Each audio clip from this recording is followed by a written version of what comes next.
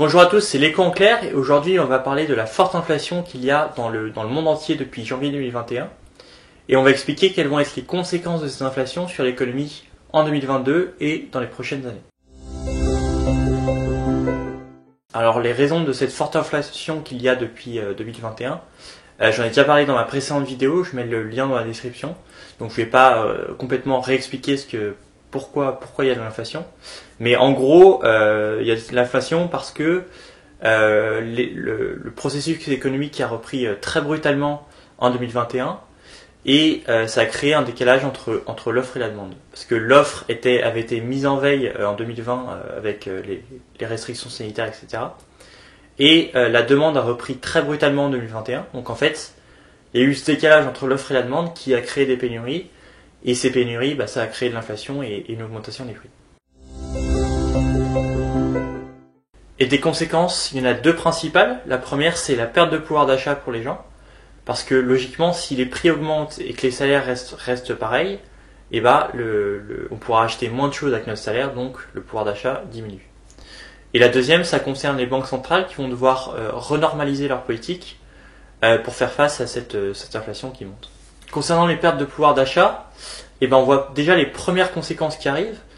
Il y a eu un rapport de conjoncture de l'INSEE qui prévoit que les Français vont perdre 0,5% de pouvoir d'achat par unité de consommation pour le premier trimestre 2022. Et alors cette perte de pouvoir d'achat, ça peut être problématique pour deux raisons.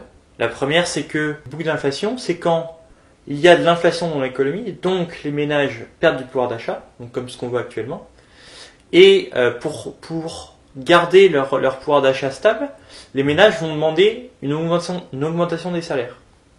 Et donc si les entreprises acceptent l'augmentation de ces salaires, elles vont avoir une augmentation de leur coût de production, puisque les salaires augmentent.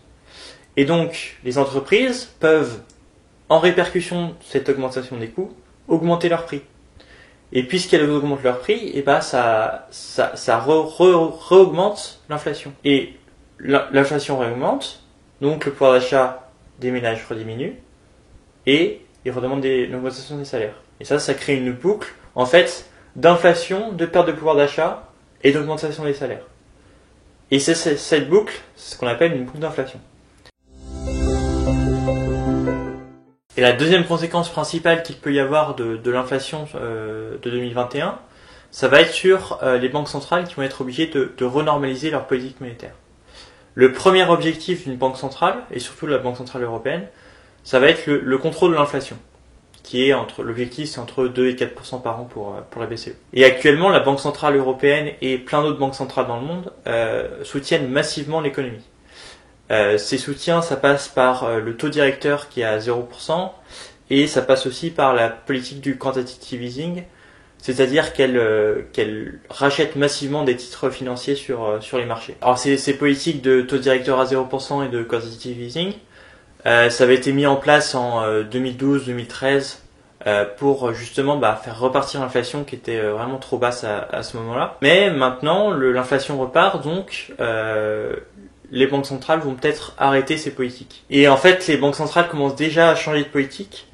Récemment, il y a eu la Fed et la Banque centrale d'Angleterre qui ont annoncé qu'elles allaient réaugmenter leur taux directeur. Et en fait, ces changements de politique vont avoir de grosses conséquences sur l'économie. Parce que le soutien à l'économie des banques centrales permet vraiment de relancer la machine économique. Parce que, notamment via les taux directeurs à 0%, c'est-à-dire que les banques empruntent aux banques centrales à 0%. Donc ils n'ont pas de taux d'intérêt. Donc ils peuvent directement réinjecter l'argent que leur prête la Banque centrale dans l'économie, sans frais supplémentaires, puisque le taux est à 0%. Et donc en fait, si le taux directeur réaugmente, les banques vont avoir moins d'argent disponible, donc elles vont accorder moins de prêts, et donc il y aura moins d'investissement et moins de consommation de l'économie, et donc logiquement, la croissance va être moins forte, et donc la reprise qu'il y a eu en 2021 et qu'il va y avoir en 2022 et dans les prochaines années, va être moins importante que si les banques centrales avaient continué leur politique. Et donc en fait, la très forte croissance qu'il y a eu en 2021 et qu'il va y avoir dans les prochaines années, donc comme vous voyez sur le graphique, il y a eu 6% de croissance en 2021 et les prévisions portent ce taux à 4,9% en 2022. Et ben en fait, cette énorme croissance, et ben ça crée des déséquilibres macroéconomiques. Donc comme déséquilibre, il y a par exemple la forte inflation qu'on voit, ou ça peut être également l'augmentation du nombre d'emplois qui sont non pourvus. Donc ça, c'est des déséquilibres dans l'économie.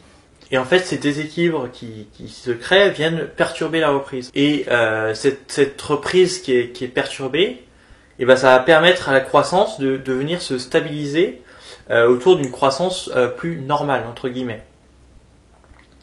Et en fait, cette croissance normale, c'est ce qu'on appelle le taux de croissance potentiel. En fait, le taux de croissance potentiel, en gros, c'est le taux de croissance optimal pour une économie. Donc ce taux de croissance, il change en fonction des pays. Donc par exemple, un pays développé va avoir un taux de croissance potentiel plus faible qu'un pays en développement. Et en fait, c'est en partie du fait de ces déséquilibres qui se créent que la croissance économique est cyclique. C'est-à-dire que les phases de croissance forte et les phases de récession se succèdent dans le processus économique. Donc en gros, quand le taux de croissance est supérieur au taux de croissance potentiel, et va y avoir des déséquilibres économiques qui vont rabaisser cette croissance. Donc comme on le voit maintenant, ça peut être une forte inflation, ça peut être aussi qu'il y a justement pas assez de gens pour travailler dans tous les besoins des entreprises. Et c'est aussi vrai de l'autre côté, quand la croissance est trop faible, il va y avoir des déséquilibres qui vont justement réaugmenter cette croissance et faire en sorte qu'elle arrive à ce niveau de taux de croissance potentiel. Donc voilà, ça c'est le principe de la cyclicité de l'économie. Et en fait, du coup, ce que j'essaie de vous dire, c'est que cette inflation qui se crée en 2021, c'est un peu normal, parce que la croissance qu'il y a dans le monde, elle est trop forte par rapport au potentiel de l'économie. Et donc, puisque la croissance est trop forte, et il y a des mécanismes économiques qui vont venir et qui vont justement rabaisser cette croissance. Et en fait, c'est aussi là le rôle des institutions de gérer cette croissance, de faire en sorte qu'elle soit ni trop forte ni trop basse, et de faire en sorte qu'elle soit le plus lisse possible. En tout cas, je vous remercie d'avoir regardé cette vidéo. Laissez-moi des commentaires si vous avez des questions, j'y répondrai avec grand plaisir. Abonnez-vous à ma chaîne pour suivre les prochaines vidéos que je vais sortir. Et je vous souhaite également un joyeux Noël.